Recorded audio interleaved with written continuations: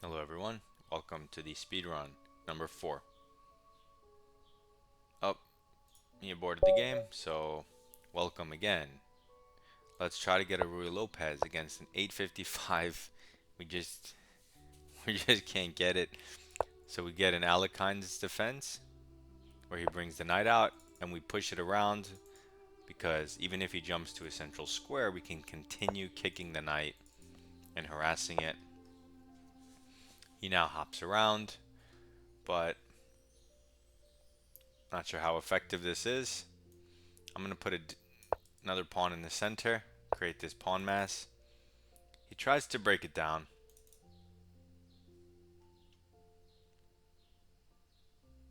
But his knight and his diagonal are a little weird.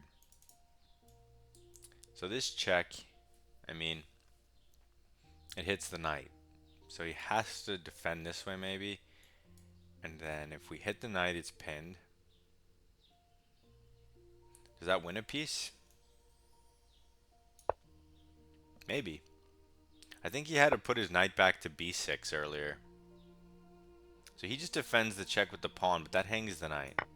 So now we're just up a piece on move 6, and then he wants a queen trade just to seal the deal and make sure he never can win the game. Let's just take him because we're up a piece. And now we can just develop.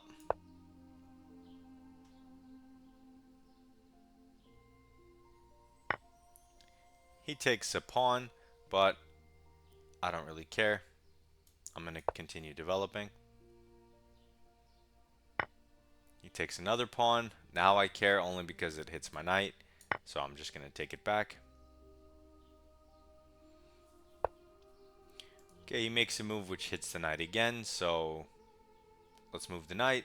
And it attacks the pawn. He ignores the threat and counterattacks our knight with a pin. I'm going to grab the free material. He might try to castle and pin, but it's not a big deal. We'll just move out of the way. He hits our knight. I'm just going to bring it back to its most natural square. He castles. Doesn't really matter what you do. I'm going to break the pin just so that if he takes, I can put my bishop here. He gives me a random check, but I'm going to sit my king on the c2 square, which is really nice when the queens aren't on the board. So he goes for the pin, all these pins, but if he wants to give up his bishops for my knights in this open position, I don't care if it doubles my pawns because I'm up a piece. So he moves his knight. I mean, maybe he's looking at the center, but no big deal. We can develop our last piece.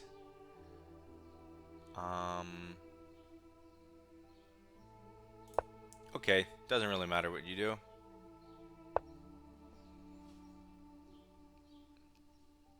This music gets loud sometimes. Anyway, he goes here, which hits a pawn. I don't really care about pawns. He's moving the same piece again and again. I'm going to ignore him and just develop. Multiple times in this game, he's taken or attacked pawns, and I've just ignored him. So he does take the pawn. Let's trade a pair of rooks. Now the open, semi-open file that was to his advantage, he's no longer using because I lured his rook away. I could develop my other rook. Let's just put it here and attack a piece. Ideally, we want it on the e file, but the bishop covers that. Now that we got the bishop to move, we could now use the e file. So it's a two-step process. Okay, so he gives us full control and goes behind his own pawn. So that's not a good idea for his piece activity. Hopefully you guys can see that. And now let's harass his bishop to see what he wants to do. Trades are good for us. Okay, so now we have the only bishop. Our bishops look great. He does this maybe to get it out of the target, but it's not good. And we have multiple improving moves like this, like the knight in the center. I'm going to do knight in the center because it hits the bishop and opens up b4, harassing him further. Okay, so he puts his bishop here, but this is a bad location because the rook x-rays it. Do I have a good discovery to take advantage? I'm going to just throw it here because I'd rather have his bishop than my knight. So I'm hanging it 2 different times so that I can take this and infiltrate. Now if he doesn't take it and tries to save his bishop, then I get a decent square for my knight. So he moves the bishop out of the attack, and my knight is still hit. The downside is I now have a double attack as well as b4. He counters my rook, but this gives me the bishop, which is what I wanted to begin with, right? Oh, he doesn't even take my rook. I guess, yeah, I would take the knight. Yeah, this is no good. Let's just move the rook out of the attack. We're up 4 points of material. Our bishops are great. Our king, everything looks perfect and solid. This piece construction is really nice. Okay, so he moves his bishop wherever. Let's create a mate in 1 threat. He stops it, but all we have to do is kick it out of the way. He takes, we ignore him and go for checkmate. I'm just going to hit the analysis just to make sure I didn't blunder. Okay, all 0 is 98%. I explained the moves during the game, so hopefully you were paying attention. We're going to go to the next one. And now we have a game against Lucky IOIO. I almost played the caro-kann, but we are in a new speed run playing the Pierts, so let's go with d6. Okay, maybe we get one of our openings. He develops the knight. We develop the knight, pressuring the pawn. Okay, he delays the central push and develops a knight. Now it's time for us to play g6, going into our Pierce defense. Now I will say that you guys, if you do try to play it, will lose a ton of games in the Pierce. You're going to get hit in so many different ways, so many different variations of them pushing e5. Anyway, he goes bishop c4, but it is fun. He goes bishop c4, targeting our light squares. And we can just develop, fianchetto our bishop and prepare castling. So he castles. That's fair, and I think we can just castle and our position's solid. He hasn't played any of the aggressive lines yet. So he goes d4.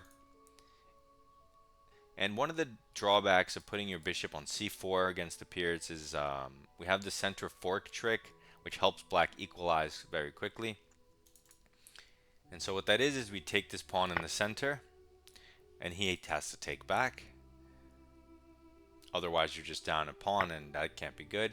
So once he takes our piece, we push in the center, winning our piece back, and he wins his pawn back. So the material's even. He should retreat his bishop, but instead he wins his pawn back by giving up the bishop. It would have been better to give up the knight and keep the bishop. So this is good for black. We have to take our piece back, and now we have an active queen with a threat. He retreats the knight, hitting our queen. So we have to move our queen, but let's take a little time and look at the squares.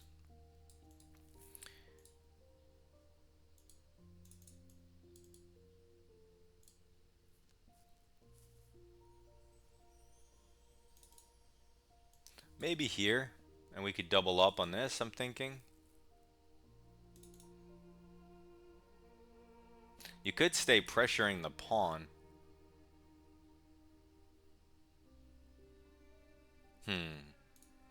But since he doesn't have a light square bishop, let's just go here. I want to look at some stuff. It's an interesting move, and it can't be harassed, so can't be bad.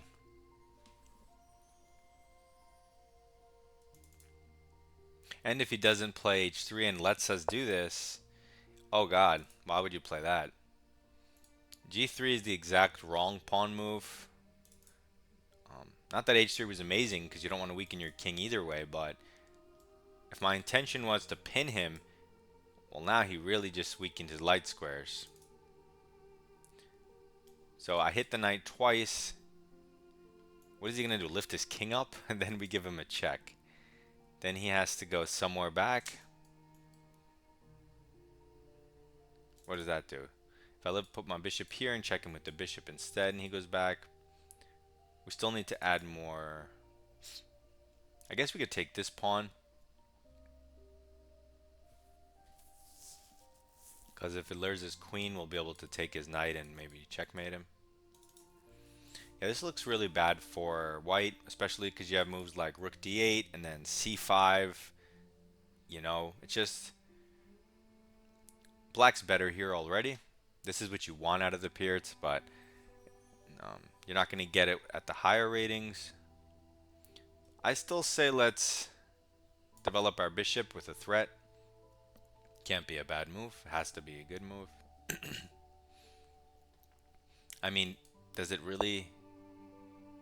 Oh, he does not lift his king. He lets us take his knight and double hit everything. So now we're hitting the queen, but we're going to try to checkmate him is the goal. To end this quickly.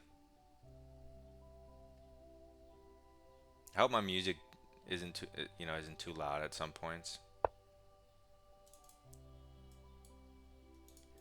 Okay, so he retreats his knight and hangs his queen. So we can't go for the checkmate without moving the bishop, so let's just take the queen and we'll end the game shortly. Okay, fastest way to checkmate. Well, you gotta get some pieces in the game optimally. So let's get the knight in. I know that pawn was hanging, but I don't want to take pawns. I want to get more pieces in. Oh my god. Why do I always do that? Every time I'm completely winning, I just like... He's hanging a rook with check, and I totally didn't... I missed it. So anyway, I found it afterwards. My knight is currently hanging. We'll just take this with check. We're up 18 points of material, so it doesn't matter what you do. He finally resigns. The funny part is when you're up that much, not taking the rook isn't even a blunder. Yeah, see, all zeros, 98% accuracy. It's not even a thing. That's pretty funny. Let's see. Maybe we can get one more. We'll go for one more quick one. Okay. So we'll go for the... Okay, this isn't... We can't play the Slav because he's put the knight in front of the pawn. Some type of Jobava setup maybe. So let's develop our knight and prevent e4 pawn push. Okay, so this is neither here nor there. He develops his bishop and attacks our knight. You have different options here. You can hop your knight in, Trumpowski style. And after takes, maybe c4, h6, bishop back. I mean, you could definitely play that, but I'm just going to play the very simple e6, defending my knight with the queen. He now brings out his knight, looking at the center. I'm going to play the free move h6 because it's free, and because if he makes this trade, then I'll be happier with the only dark square bishop. So now he goes back to the Jobava London square, and we got in our free move.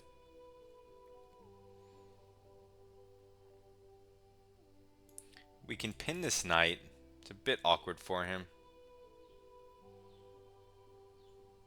We could play c5, but let's bring out the bishop and pin the knight. And he hops his knight into the center. This creates no threats. The drawback is it allows me to ruin his pawn structure.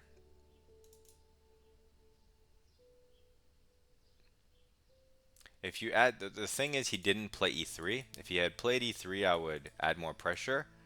But if I jump my knight in, he's likely to bring his bishop back. Um, I can still double his pawns there, I guess, and I get the bishop, so maybe let's throw that in. It would be nice to take his London bishop off the board.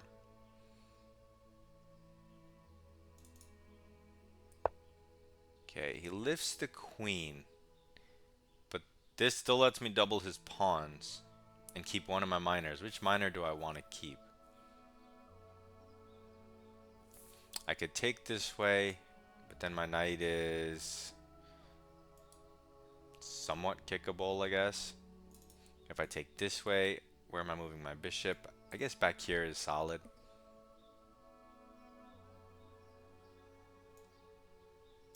Okay, so let's keep the dark square bishop. We'll retreat it back to the center. Don't know what he's thinking about. He has to take with the pawn, of course.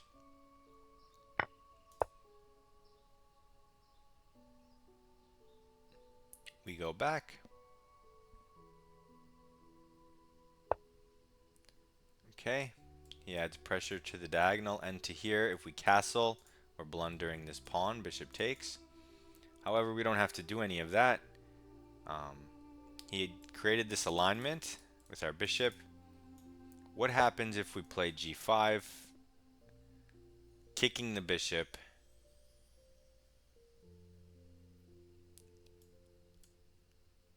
x-raying the queen? If he moves the bishop, f6 hits the knight, right? So he just puts his pieces on some vulnerable positions in our territory, and now he ignores the hanging bishop. So if we take it, are we blundering anything? Not that I see, so let's take it.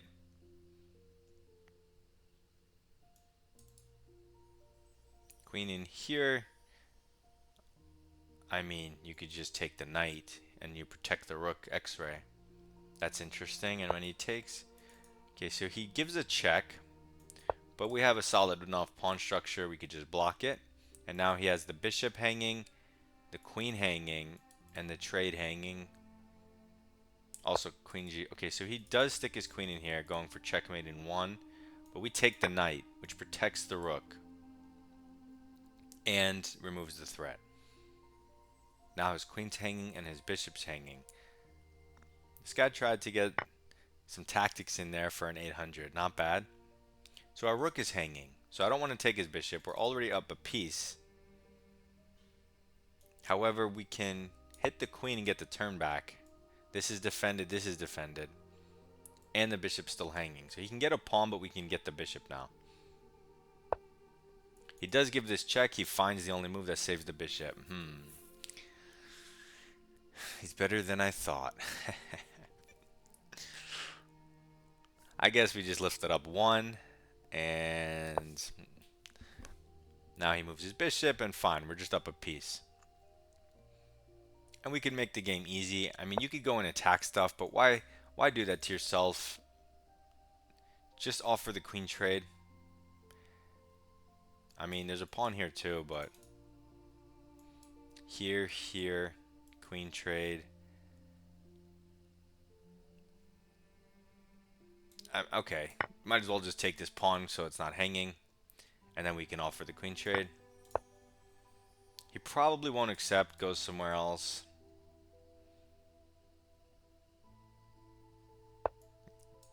Bishop here, but now the bishop's in front of your queen, so not sure that's the construction you would want. But having done this, now we can move our queen somewhere else.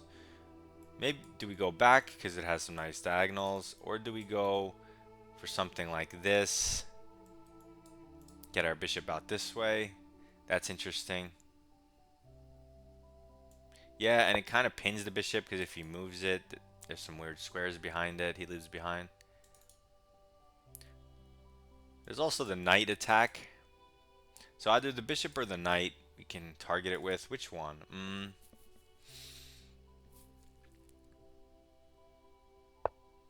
Okay, he just voluntarily moves back. So now we could go here, but the pawn is hanging with the rook behind it. He has no checks that matter.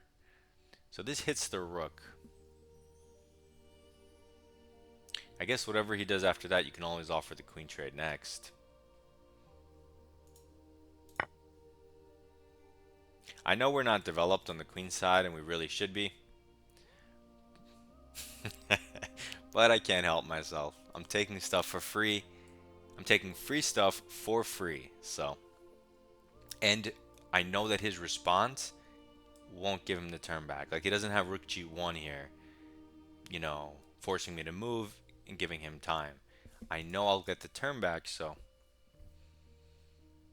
I can always make a developing move then. Bishop out now hits the queen, which is more enticing.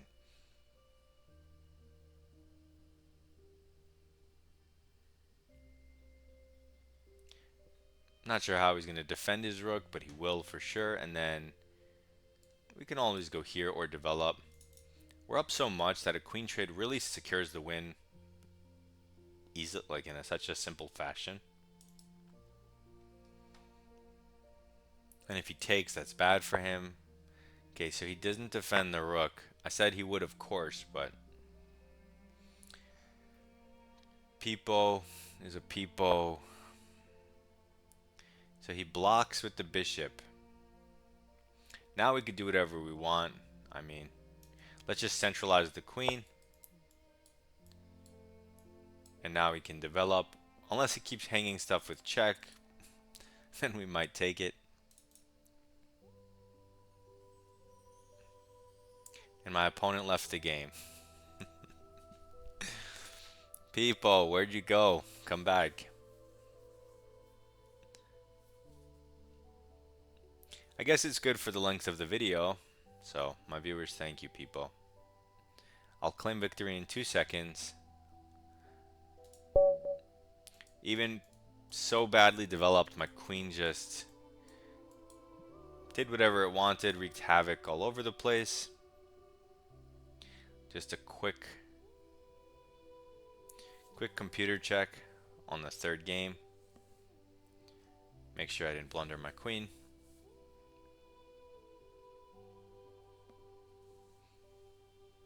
One mistake.